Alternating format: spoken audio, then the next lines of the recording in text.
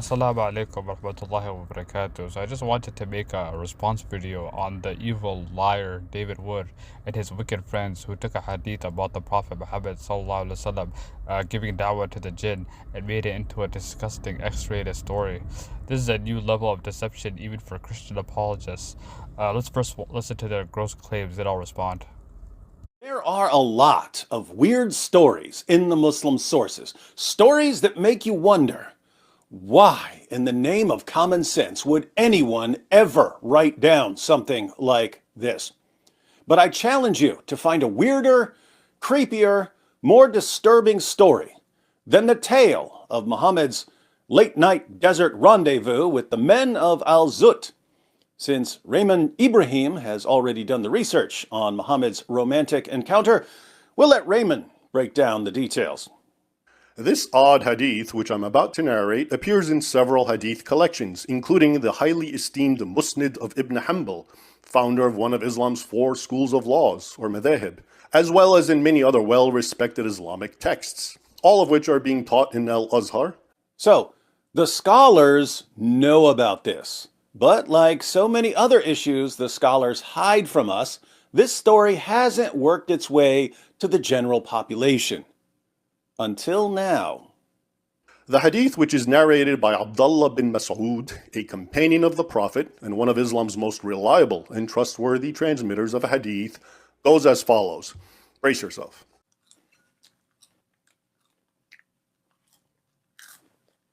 Abdullah begins by telling us that Muhammad called on him to accompany him on a trip into the desert.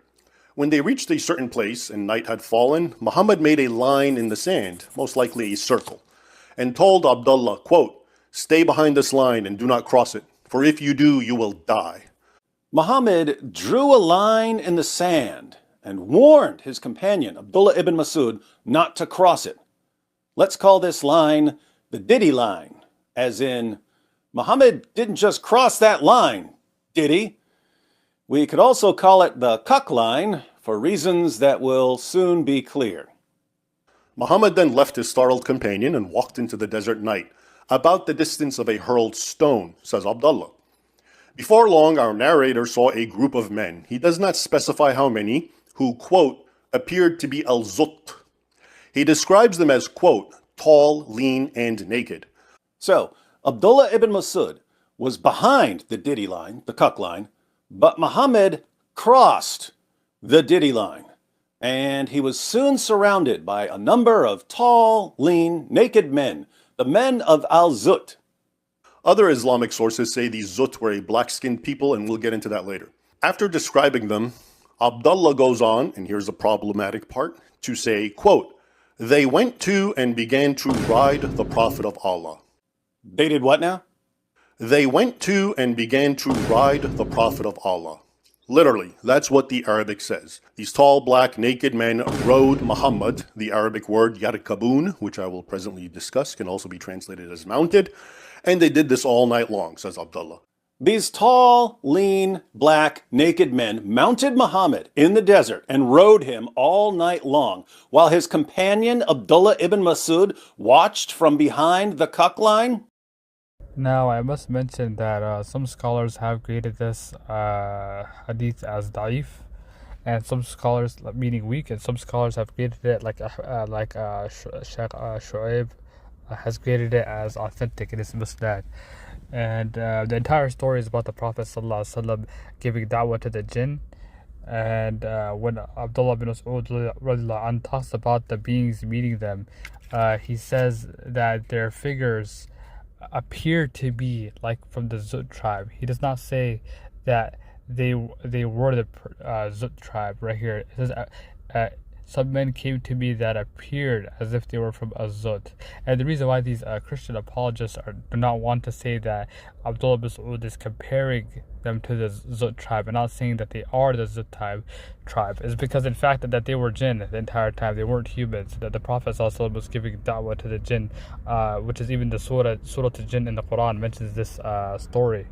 And he and another lie that they try to cover up is that Abdullah bin Mas'ud radiallahu anh, did not claim that they were naked. He said, I did not see nakedness nor covering. So it's another lie. So even if that proves even more that they were jinn, because Abdullah bin Mas'ud radiallahu anhu is trying to say that they were not naked, yet they had no clothing. So a human cannot be not naked, but also not have no clothing at the same time, indicating more that they weren't humans and that they were jinn. So now, after clearing up that this story was the night the Prophet ﷺ gave da'wah to the jinn, how they weren't naked, and how some scholars grade this hadith weak, let's clarify their final argument, which was the meaning of the word yarkabuna.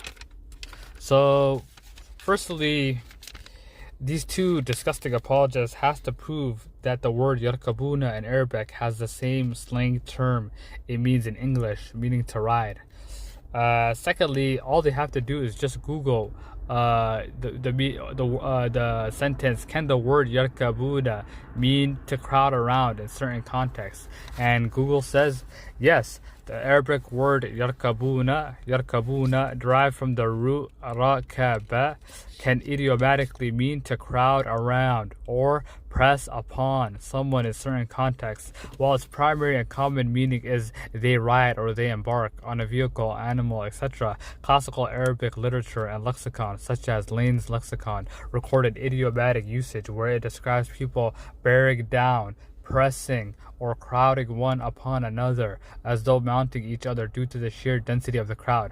This idiomatic meaning is often used to describe a situation where people are gathered very closely around an individual, such as, and no one asked Google, but he said so himself, such as the Prophet Muhammad ﷺ, in their eagerness to listen or get near him. Classical commentators have explained the term in specific narrations, hadiths, as meaning they crowded him and drew close to him. Therefore, depending on the specific context, yarkabuna can indeed convey the meaning of crowding around. So whoever made this argument was probably too arrogant to even search the different meanings of the word yarkabuna in Arabic.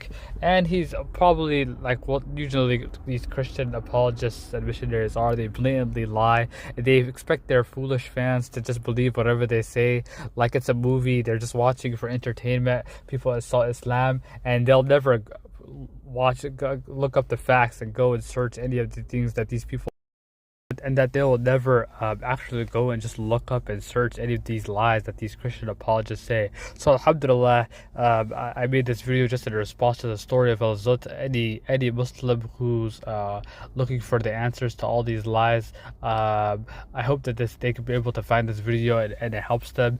And please stay away from these lying Christian apologists unless you've studied enough. The Quran and the Sunnah greatly help to refute any of their lies. Assalamu alaikum wa rahmatullahi wa barakatuh.